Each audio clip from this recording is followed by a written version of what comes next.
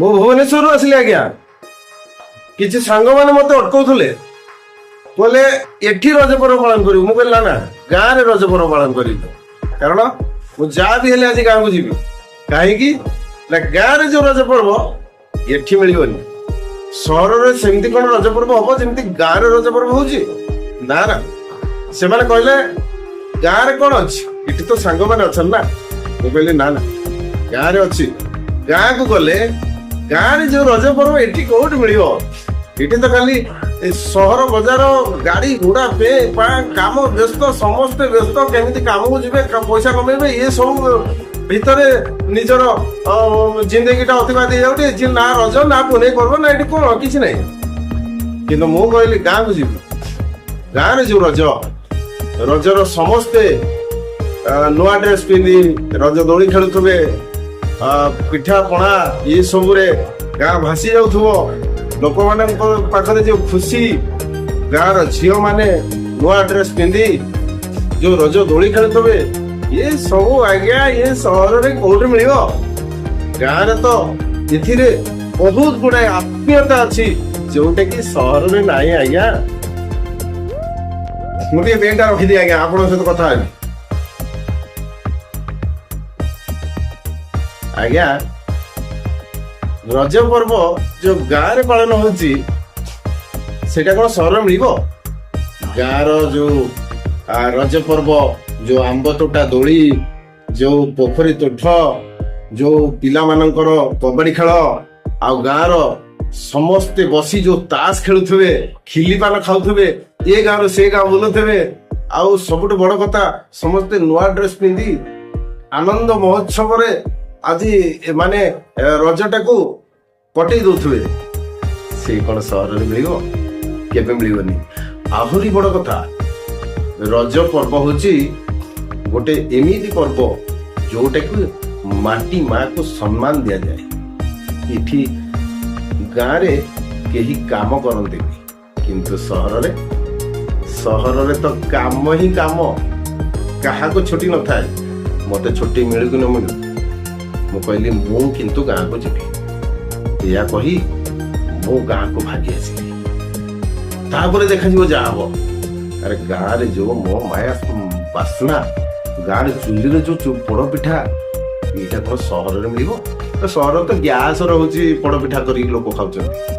ଆଉ ତାପରେ ଏଠି ଲୋକମାନେ କାମ ଧନ୍ଦା ଛାଡି 3 ଦିନ ତାସ ଖେଳନ୍ତି, 3 ଦିନ ମତଲବ କୌଣସି କାମ ନ କରି ମତଲବ ମାଟି ମାକୁ ସମ୍ମାନ ଦିଅନ୍ତି। ଆଉ ଏ ସାରା ପୃଥିବୀ ରଜବତୀ ହେଇ ସଜେଇ ହେଇ ଆଜି ଦେଖାଯାଆନ୍ତି। କାରଣ ସେଇ ଯୋଉ ସଜେଇ ହେଇ ଆଜି ମାଟି ମା ଦେଖାଯାଆନ୍ତି, ସେଟା କଣ ସହରରେ ଦେଖିବାକୁ ମିଳିବ? ସେଟା ବା ଗାଁରେ ଦେଖିବାକୁ ମିଳିବ। ଆରେ କହିବାକୁ ଗଲେ ଆଜି ସହର ଠାରୁ ଗାଁର ଯୋଉ ରଜ ପର୍ବ, ଆଜି ଧରିତ୍ରୀ ଗୋଟେ ନଈ ନବେଲି ଦୁଲ୍ହନ ପରି ଲାଗିବେ। କେତେ ଦୋଳି ବନ୍ଧା ହେଇଥିବ, ଗାଁର ଲୋକମାନେ ପରସ୍ପର ସହିତ ଆଜି ଖୁସି ବାଣ୍ଟିବେ। ପିଲାମାନେ ଆଜି ନୂଆ ଡ୍ରେସ ପିନ୍ଧି ନିଜ ନିଜର ସାଙ୍ଗଙ୍କ ସହିତ ଆଜି ଖୁସି ସ୍ପ୍ରେଡ କରିବେ। ଆଉ ରାତିରେ ସବୁ ଭଲ ଭଲ ପ୍ରୋଗ୍ରାମ ହବ, ନାଚ ଗୀତ ହବ, ପୁଚି ଖେଳ ହବ। ସେ ସବୁ କଣ ଆଜ୍ଞା ସହରରେ ମିଳିବ? କେବେ ମିଳିବନି।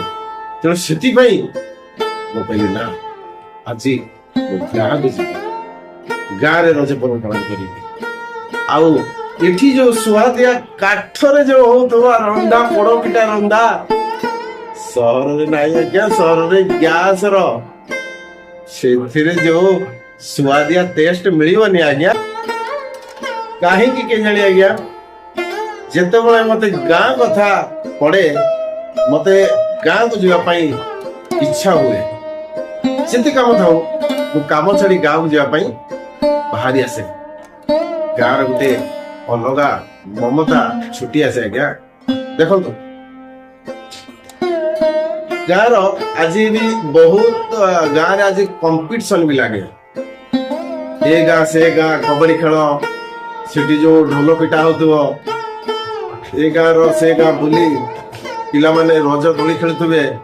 ଆହୁରି ଗୋଟେ କଥା, ରଜ ହଉଛି କାହିଁକି ଆମେ ପାଳନ କରନ୍ତି ସେ ଜିନିଷ ସହରରେ ମିଳିବନି। ତେଣୁ ସମସ୍ତଙ୍କୁ ମୋର ଅନୁରୋଧ, ଆପଣମାନେ ଗାଁକୁ ଯାଆନ୍ତୁ। ମୋରି ଘର ଆଗରେ ଆଜ୍ଞା କେମିତି ରଜ ପର୍ବ ମାନେ ପ୍ରସ୍ତୁତି ଚାଲିଛି ଦେଖନ୍ତୁ। କେମିତି ଛୋଟ ଛୁଆ ସବୁ ସଜଉଛନ୍ତି, ଏଠି ଯୋଉ ଛୋଟ ଛୁଆଙ୍କର ଯୋଉ ଚରିକି ପରି କେମିତି ପ୍ରସ୍ତୁତି ଚାଲିଛି ଦେଖନ୍ତୁ ଆଜ୍ଞା।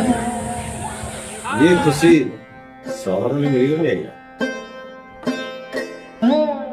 ଏ ଭିଡିଓ ଦେଖୁଥିବା ସମସ୍ତଙ୍କୁ ମୁଁ କହୁଛି, କୁହନ୍ତୁନି ଆଜ୍ଞା, ଆପଣଙ୍କର ବି ଗାଁ ଅଛି, ଗାଁରୁ ସହର, ସହରରୁ ଗାଁ ନୁହେଁ, ଗାଁରୁ ସହର, ଆପଣଙ୍କର ବି ଗାଁ ଅଛି।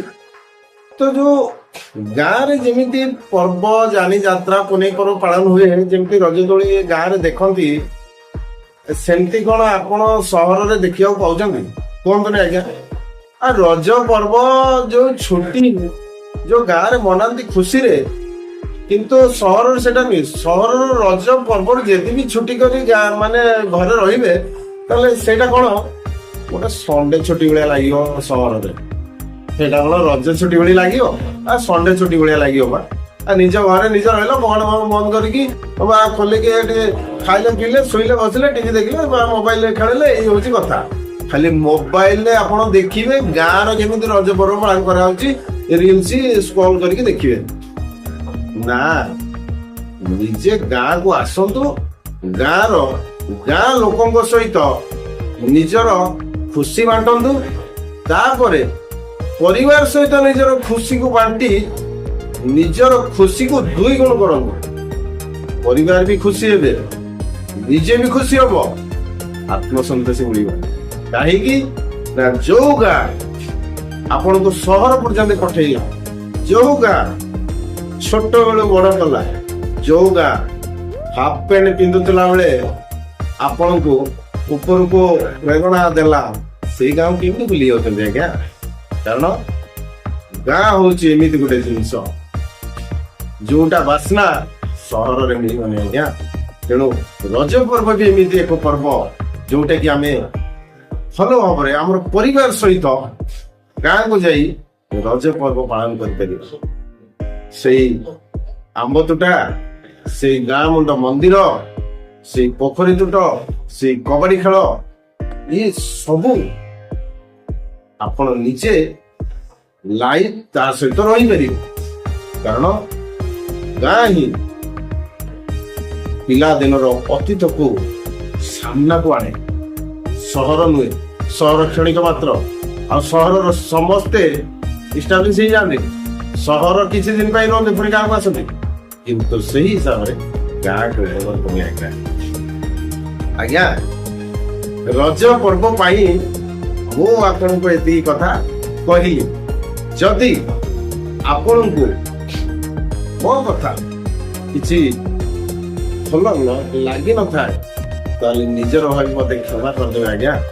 କାହିଁକି ନା ମନକୁ ଯାହା ଆସିଲା, ଗାଁ ପ୍ରତି ମମତା ହିସାବରେ ମୁଁ ଯାହା କହିଲି, ତାହା ମୁଁ ଆପଣଙ୍କ ଆଗ ରଖିଲି। ଯଦି ଆପଣଙ୍କ ମନକୁ କଷ୍ଟ ଦିଏ, ତାହେଲେ ମତେ ଯାହା ବି ଭାବି କ୍ଷମା କରିଦେବେ। ଆଉ ଯଦି ଏ ଭିଡିଓ ଆପଣଙ୍କୁ ଭଲ ଲାଗେ, ତାହେଲେ ଅନ୍ୟମାନଙ୍କୁ ସେୟାର କରିବେ, ଯେମିତି ସେମାନେ ଏ ଭିଡିଓ ଦେଖି ଗାଁ ପ୍ରତି ମମତା ବଢିବ, ଆଉ ଗାଁକୁ ଆସିବେ, ନିଜର ଖୁସିକୁ 2 ଗୁଣ କରିବ। ରହିଲି ଆଜ୍ଞା, ନମସ୍କାର, ଜୟ ଜଗନ୍ନାଥ, ହାପି ରଜ ଉତ୍ସବ।